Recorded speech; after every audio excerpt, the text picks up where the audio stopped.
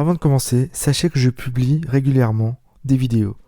Pour être mis au courant des sorties, n'hésitez pas à vous abonner et à activer la petite cloche, ça me donne du courage et de la motivation. Merci à vous. Bonjour à tous, j'espère que vous allez bien. Ça fait longtemps que je n'ai plus sorti de vidéo, j'étais en plein déménagement. Maintenant je suis plutôt bien installé et on peut reprendre les vidéos à un rythme normal. Merci pour votre patience et merci à tous ceux qui se sont abonnés à la chaîne, vous êtes de plus en plus nombreux.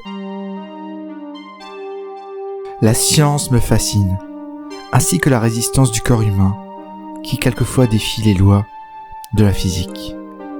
Aujourd'hui, je vais vous parler d'Anatoly Petrovitch Bugorsky. C'est un jeune scientifique russe qui a réalisé en 1975 un exploit que personne d'autre n'a pu jamais réaliser. Une histoire entre science et résistance du corps humain. C'est le seul homme au monde à avoir été touché par un accélérateur de particules. Voici son histoire.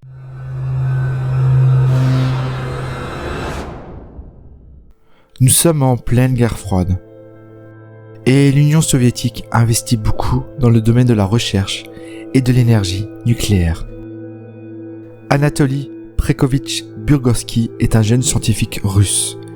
Il a 36 ans. Il est chercheur à l'Institut des hautes énergies à Prodvimy. C'est une ville proche de Moscou. Le 13 juillet 1975, il a pour mission d'aller vérifier une pièce défaillante dans l'accélérateur de particules qui s'appelle le synchroton U70. C'est un des plus gros accélérateurs de particules au monde. Pour un petit peu resituer, un accélérateur de particules est une installation qui sert à amener des particules chargées électriquement à des vitesses élevées pour mieux comprendre la constitution et les interactions de la matière qui nous entoure. Et peut-être un jour, comprendre le fonctionnement de l'univers. Mais revenons à Anatoly. Donc il doit inspecter l'accélérateur. A priori tout va bien. La machine est éteinte. Ce qu'il ignore, c'est que les différents mécanismes de sécurité sont eux aussi tombés en panne. En effet, l'ampoule qui montre que l'accélérateur de particules est en marche a grillé, et la porte pour accéder au faisceau avait été mal verrouillée par l'équipe précédente. Donc Anatoly pensait que l'accès était sécurisé. Il passe donc la tête pour vérifier le mécanisme, et ce qui devait arriver, arriva. Des protons traversèrent sa tête. Il décrit ça comme un flash d'une lumière d'un millier de soleils, sans aucune douleur. À savoir également que la quantité de rayonnement absorbée par Anatoly aurait dû le tuer 1000 fois, mais personne n'a jamais été traversé par un rayonnement sous forme d'un faisceau de protons.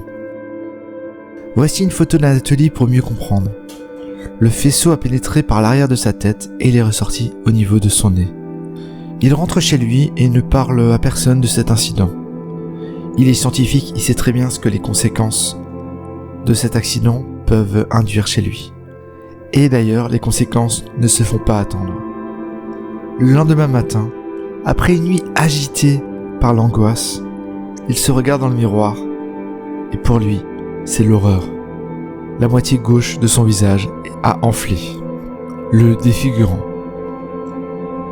Il va alors à l'hôpital où il a servi de cobaye pour étudier les effets d'un accélérateur de particules sur un être humain.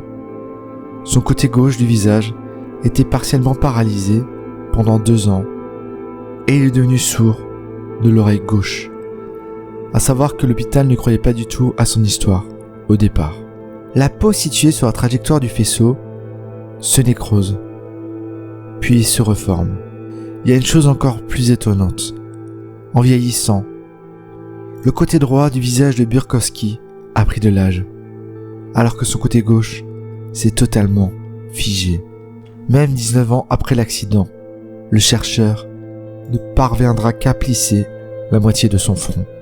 Il entendait également des acouphènes, un bruit constant. Anatoly se sentait également un peu plus fatigué à son travail, mais il obtient tout de même son doctorat. Il a eu aussi quelques absences occasionnelles et des crises d'épilepsie, mais elles disparaissent avec le temps. Les médecins n'avaient pas donné cher de sa peau et pensaient qu'avec le rayonnement, il aurait dû mourir. Il a travaillé encore de nombreuses années à Prodvino et s'est marié et a eu un fils. Sa survie est due à plusieurs facteurs. Le faisceau était suffisamment fin pour ne pas trop faire de dégâts dans son organisme.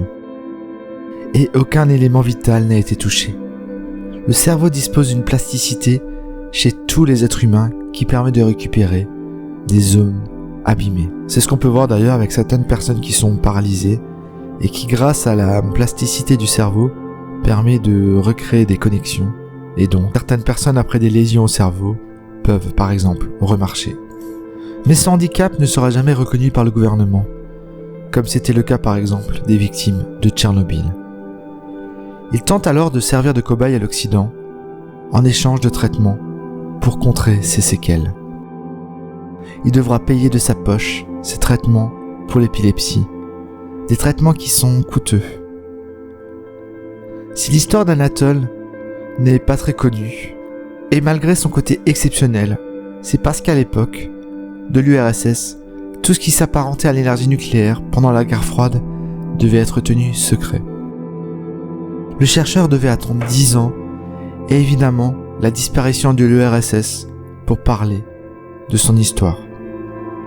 Pendant cette longue période, il se rendait à Moscou dans une clinique de radiothérapie pour subir des examens et discuter avec d'autres victimes d'accidents nucléaires. Il aurait déclaré « Je suis en fait le résultat d'un test involontaire lié à la guerre des protons. La capacité humaine de survie a été mise à l'épreuve. » Burgoski est toujours en vie et a aujourd'hui 78 ans. Merci à ceux qui ont suivi cette vidéo qui est un peu plus courte que d'habitude, mais je trouvais que le sujet était vraiment très intéressant et je voulais vous le faire partager étant vraiment passionné par la science et les limites, comme dit, de la science. Je vous parlerai de ces sujets beaucoup plus souvent. N'hésitez pas à me dire dans les commentaires si ce genre de sujet vous intéresse et même si c'est du genre un peu plus dans le paranormal, n'hésitez pas à me le dire et je ferai des vidéos sur ce thème-là. Je vous dis à bientôt pour une prochaine vidéo. Ciao ciao!